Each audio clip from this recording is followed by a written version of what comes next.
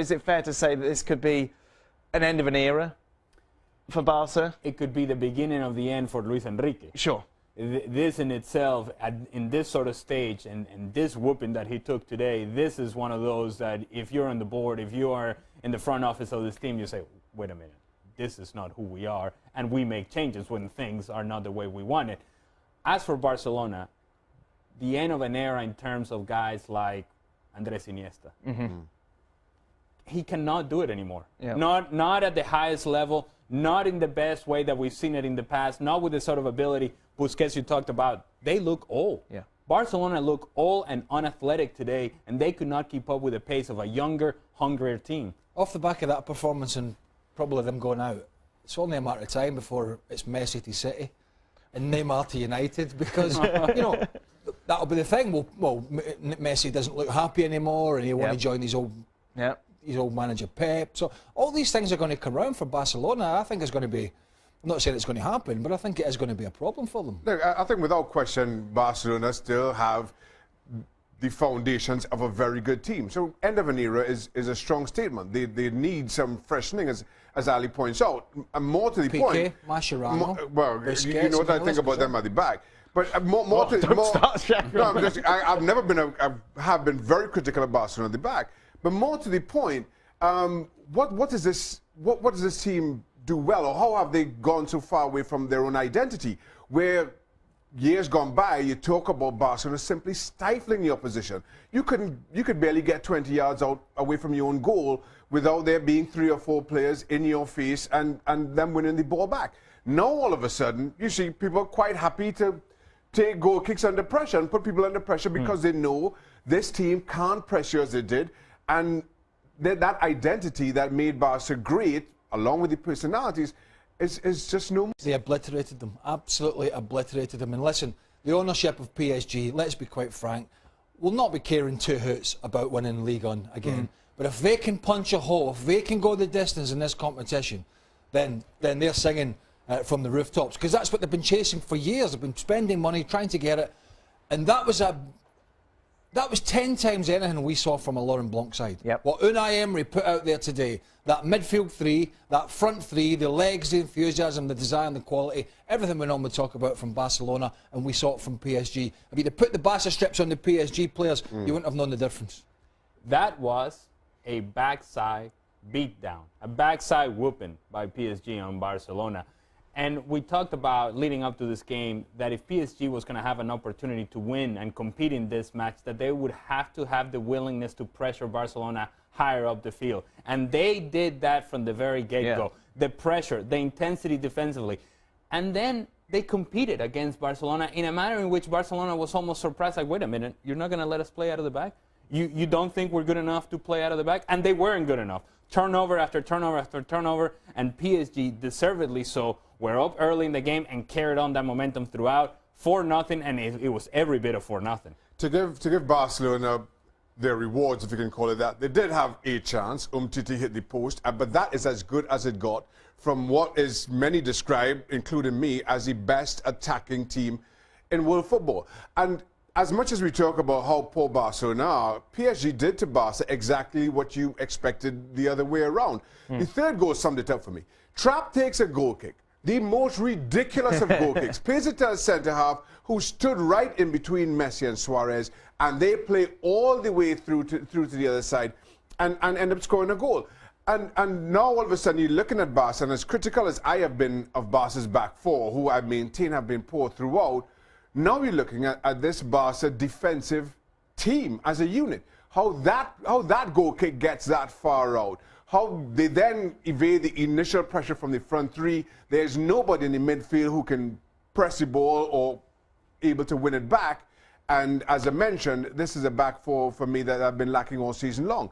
And now you start to question, well, where's this Barcelona get this right all of a sudden? Across the lines, Barcelona look disorganized, they look old, they look average, they didn't look like they had a plan, and they are just thinking that, well, we're just going to give the ball to Messi and then he'll figure it out. We'll give the ball to Neymar and we'll figure it out. But defensively, there were no answers. Iniesta having to chase back and not having the legs to do that. Busquets not able to cover the ground. Somehow, Andre Gomes gets us starting this match. He's not able to keep up with the athleticism that Craig was talking about out of the midfield from PSG.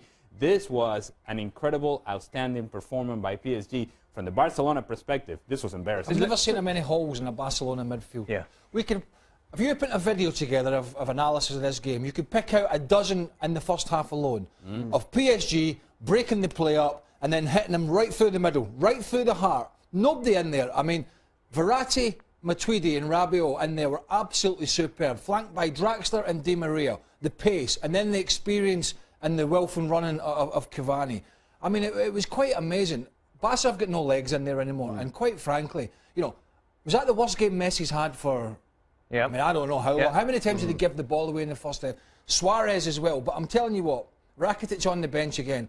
Andre Gomes is Barcelona's answer to Man United's Marouane Fellaini. He's never a Barcelona player in a million years. Now, he's not the only one to blame, but that's the kind of quality that they've turned to. And is any wonder why they're struggling? Let's just take a look at the player ratings, shall we, for Barcelona, which maybe doesn't quite tell the whole story. Richard Martin going through them. He's got Suarez 5, Andre Gomes 6, Ter Stegen 7. They're quite high. Let me tell you something. Richard Martin, I wish that he had been my teacher in school. Are you kidding me? This is... I don't remember Suarez touching the ball. This is friendly as friendly can be. How anybody gets above a 2 out of Barcelona. When you're Barcelona and you lose 4-0 in Champions League, you don't deserve much more than a 2. That's it, period. What would you give Gomez, Ali? Gomez has got a 4. He doesn't get a 4. He's got to go lower than that. I mean, he'll register a 1 just for the sake of showing up, but that's it. But you look at Iniesta, Iniesta's on 5. No, I'm across the board. Out of that midfield, we just talked about how they looked old and disorganized and ordinary. They look like players that haven't been in this sort of environment. That in itself is surprising out of a Barcelona team. But Iniesta's turning the ball over. Messi turning the ball over. Andre Gomes turning the ball over. Busquets unable to cover the ground. What do you expect when you're playing against a team in PSG that has a lot of talent on the field? And then you get destroyed. This is not a surprise. Once you saw the way the game was going, it just seemed like PSG was playing at one level and Barcelona was never able to catch up. I thought Messi was quite disgraceful in the first half. Oh, yeah. Honestly. I mean, we're all huge fans of Messi. Yeah, but he kept dropping, trying to get the ball, didn't he? No, he wasn't. And when they didn't have it, he didn't exactly work his tail off, did he? Well, he actually lost the ball in one of the goals, and he didn't try. He didn't track back. Now, when he's not working and you're not controlling the game, you're asking more of your midfield. Now, Busquets is not the oldest, but he's been around a while, and I can tell you, he's not manoeuvring around the pitch as he was 18 months ago. Iniesta can't manoeuvre around the pitch. Iniesta didn't look fit, did he? Oh, exactly. So when you're losing the ball and you've got a really high-tempo midfield like Unai Emery had today, then you need everybody to be on the hymn sheet. That looked to me as if a couple of those players have had it with Enrique. That's what it looked to me. You think so? Yeah, that was the type of performance that said, do you know what, I don't care. As opposed to PSG, because there's been so much talk about Unai Emery and maybe him not clicking with the dressing room. That was far from evident tonight. They were absolutely superb. As everyone has said, everywhere. Yeah, and for all the criticism we've had of Barcelona, you could turn that on his head totally to describe PSG. How many times have we sat here and criticized Angel Di Maria as a player who's not done it on the biggest, on the biggest of stages, certainly without any kind of consistency, yet shows up and puts in that kind of a performance. I mean, and you could go from player to player. Julian Draxler, newly arrived in Paris, had his issues. As talented a footballer as he was, had his issues and many questioned his attitude within dressing rooms, turns in that kind of performance. Two centre-halves, that young, inexperienced... No Thiago Silva as well, remember. And you talk about how do they fare against that front three. That was a huge concern going into this game. And as I mentioned, Barcelona, one chance. Umtiti from a set piece. That is all we have to talk about. Now these two centre-backs come out from that looking like world beaters in actual fact. And you go from player to player, from department to department for PSG, and you can't help but sing their praises and wonder, how is this team not running away with the league? Not as if Barcelona have been firing on all cylinders either. Busquets and Iniesta are going to be back, but they haven't actually. Neither one has actually started a game in a while. Paris Saint-Germain on the night they can raise their game. They showed it last year. They've showed it this year with Emery as well. They're obviously underachieving, but then to some degree, so are Barcelona.